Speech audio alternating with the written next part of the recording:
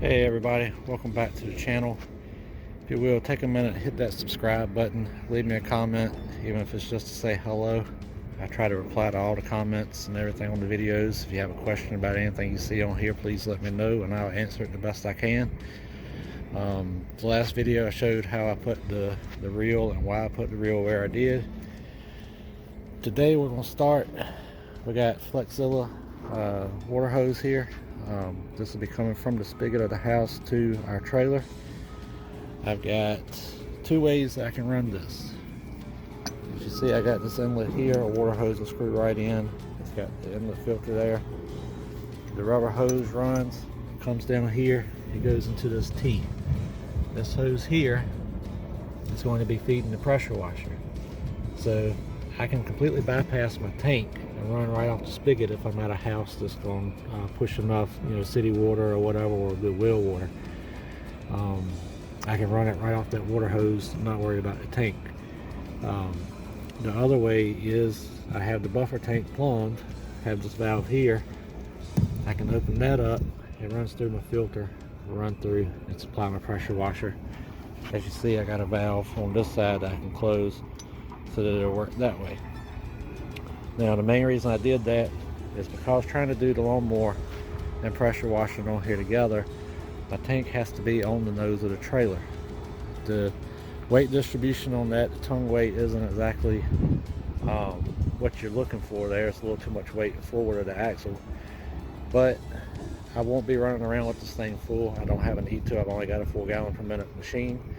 So mainly we have a lot of well water around here, so I like the option of having the buffer tank so that I can run off of well water into this tank and not worry about starving my pressure washer, burning it up or whatever.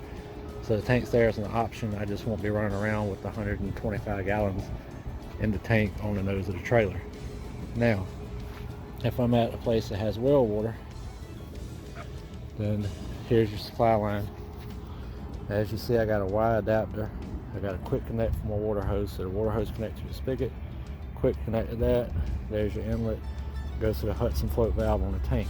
The reason I have the Y is because I have a 3-foot piece of Flexzilla that I can put on here, and I can open this valve up and fill up pump sprayer, wash my hands off, whatever I need to do without interrupting my water supply. It just adds a little convenience factor. It might save you a couple minutes here and there on the jobs depending. And this hose inlet there goes to this hose. And I got this hose run up from my passenger side, because that would be curbside for most parking if you're working from the street. And that runs up, goes to the Hudson float valve right here. If you don't know what a Hudson float valve is or what it does, I have a video on my channel explaining that. And that going into a 125 gallon buffer tank, which I've got mounted with ratchet straps with the handles mounted towards the front of the trailer, so it's up against the truck side. Looks a little cleaner on the back side, the side that most people will see.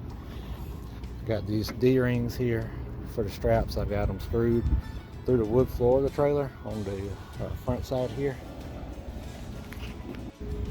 So you can see that there, how I've got them going in the floor, and I've got huge, probably 2-inch or so washers on each one of those bolts going through, with nuts and lock washers on the bottom. So it's got pretty support there to hold those straps. We're still having some pretty cold nights here, so I haven't mounted the washer yet, but it will be sitting right here. It's a 4 gallon per minute machine. Like I said, I can run it straight off a water hose through this feed line, or I can run it off the buffer tank right here with the filter, and I'll have it there. The tank, or the washer, will have a whip line coming off of it and feeding the hose reel right there. And the only thing I've pretty much got to figure out now is how I want to mount my surface cleaner. Haven't quite figured out where I want to put it or how I want to mount it, but I'm going to figure that out here shortly. Maybe today I'll play around with it and see what I can do. But that's it. Flexzilla. I'm probably going to change this. I don't like this thing hanging up here. It's kind of messy, but we'll see.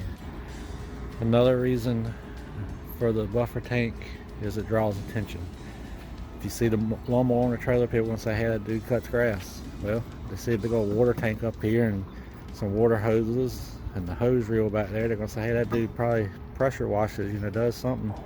Might need to talk to him. I need something done. So it draws attention. If you got a Cricut vinyl cutter, any kind of vinyl cutter, or go to your local sign shop, you can get your name, phone number put on here. I've got mine on the back side, so if I'm cutting grass and the gate is down, you can read it on the tank here. But I'm also going to put one probably not on this side, because this gate blocks it, the side gate. It's really being a pain in my butt trying to set this up. But on the opposite side over here, I can put name, phone number. Might even throw it on the front here, who knows. That's it.